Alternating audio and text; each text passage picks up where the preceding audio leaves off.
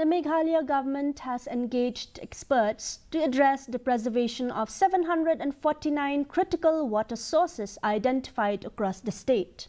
Minister Marcus N. Marak confirmed that rectification measures will be implemented after experts complete their studies. The government plans to geotag these water sources to improve monitoring and maintenance. The project will begin during the lean period after the preparation of a detailed project report.